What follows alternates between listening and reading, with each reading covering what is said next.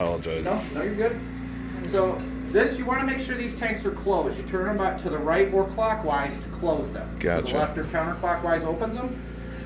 If they are open, there's no pressure in them, so you're not going to hear it, but you're going to be putting air into it. It's just going to slowly leak out. So you just take this little cover off.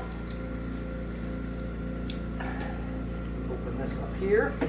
So this is open. You're looking for those green dots. Right. That's closed. It's just like a quick connect system. So that's closed, that's open. So you just take this, you drop it in here, and then it should lock in place. Gotcha. All right, take it off, you slide it down. Mm-hmm. All right, and pull it out. All right, so you put that in, and you hit this power button. Gotcha. 4 lights are up here. Like same as the bottom. You ever see this top light, the red light? Call that 1-800 number immediately. Something's broken. Gotcha. Every time you turn this on, this is going to be on for like 10 or 15 minutes, just because it's building up that pressure and that purity level. Sure. So at 10 or 15 minutes, this yellow light will turn off. This green filling light will turn on. When that happens, you're going to hear a noise kind of like a dishwasher. That is going to be the air going into the tank. So since it's just using the extra air that the bottom unit is making, this takes about 3.5 hours to fill. Gotcha. So if it's like 4 or 5, check to make sure this is closed. Gotcha.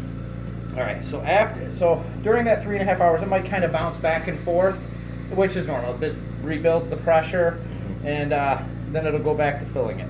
So after 3.5 hours, this green filling light will turn off. This green full light will turn on. At that point, it'll stop putting air in the tank. You don't have to sit here and wait for it.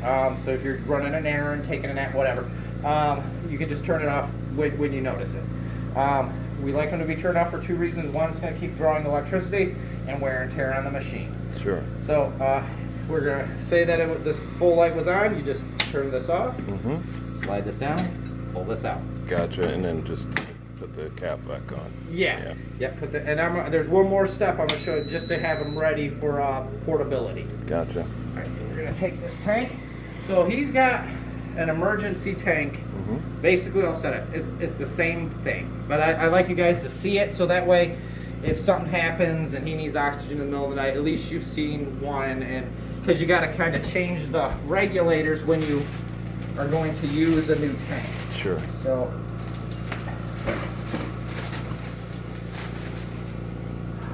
there should be,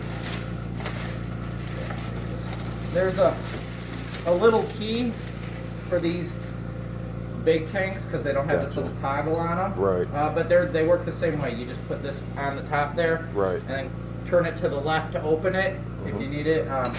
But yeah, I pack an extra one just in case the other one, we lose them all the time. Gotcha. Thank you. Oh, well, we always want you to have like 2 of everything. Right. So this here. So here's your regulator. So here's how you set the liter flow. So his is set for 2. So we're going to turn that to 2. Gotcha. You hook the tube here. You have your gauge here. 0 is empty, 2000 is full. You're looking for those 2 pins. Right. They go into those 2 holes. Gotcha. All right, and all these tanks Have the same setup. Yep. configuration. Good. So you just slide this down, put that on, tighten this up. You throw this in the bag.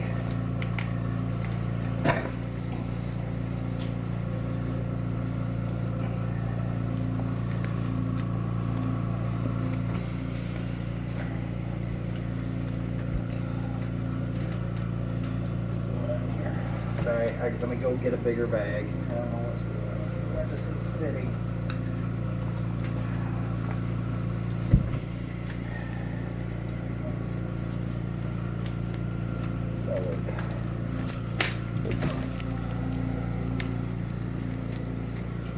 Yeah, I'm gonna do that. I'm gonna just switch out this bag. It just seems like it's a tad snug.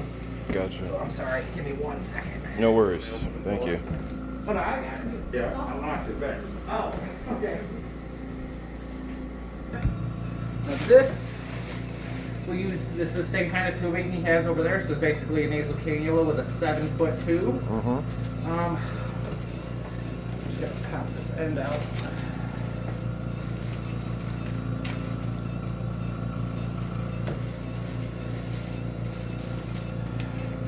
Just slide it up through here. Connect it here. you would crack this open, turn it to the left. Mm-hmm. That needle, if there was pressure in it, should jump up to 2,000 or however full it is. Sure.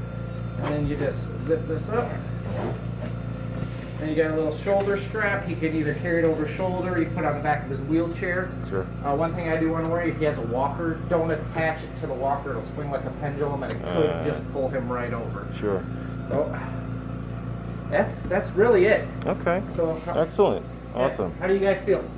Pretty good. I can handle it. I can watch the video. And, And like I said, we're available 24 hours a day, 7 days a week. You have questions, you can call this number. We'll try to answer them. Worst comes to worst, we'll send somebody like me out. We can do a reteach, fix whatever problems you're having, or just solve whatever issues. sure. Awesome. Thank you. Hey, no problem. In this packet here, this is instruction manual. So you can refer back to that if you want to. Perfect. This sign here's got to go on the front door or window. Got It's it. for first responders. So if Right.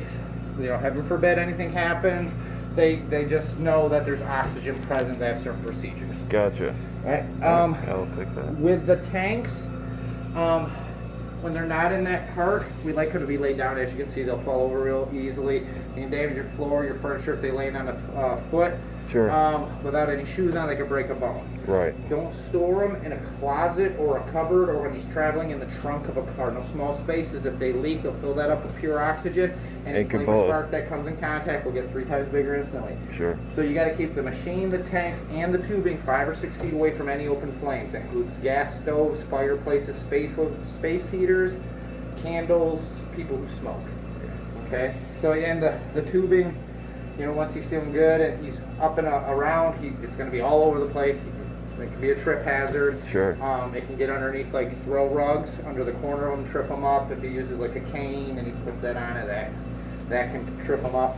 So when you move it to the other location, try to plug it into a 3-prong outlet if you can.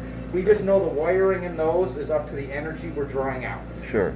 Even if it's a 2-prong outlet, I mean, we haven't burned anybody's house down yet. It's just, it's something we have to cover. Sure. I mean, I guess legally, we're supposed to say if you don't have a 3-prong outlet, we have to advise you to have an electrician come in to install one. But just definitely do not put them in like small extension cords or Sure. anything like that. They just will get real hot. Sure. Try to give it 6 to 12 inches of space around it to allow that ventilation. Sure. And these get real hot real fast if you box them in between like 2 pieces of furniture. They just need to like radiate that heat out. So but like how where it is here, that should be good. It's got enough space to allow itself to cool. Gotcha. All right, I'm gonna take a minute. I gotta get some information off of the equipment I dropped off, and then if you have any questions, anything pop into your head or whatever, just feel free to ask. And like I said, I want you to be as comfortable as possible. So Thank you. yeah, no problem. Yeah, especially if something crazy happens in the middle of the night and there's an emergency, it can be very, very tense. And, Sure. But like I said, we're here for you whenever. So, Awesome. Thank you.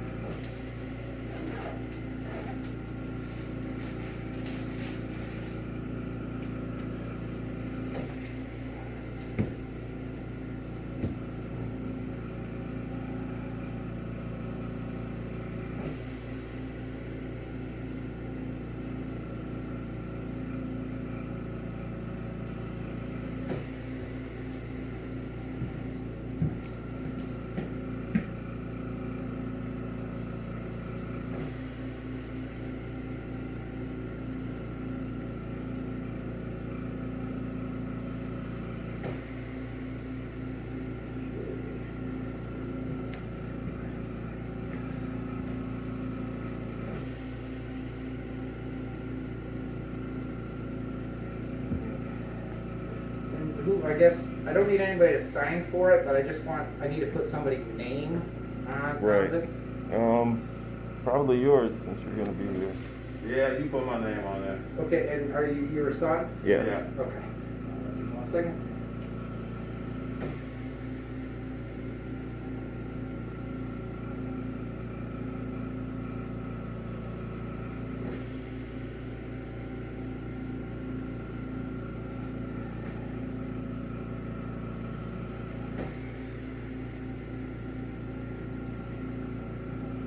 What's your name, sir?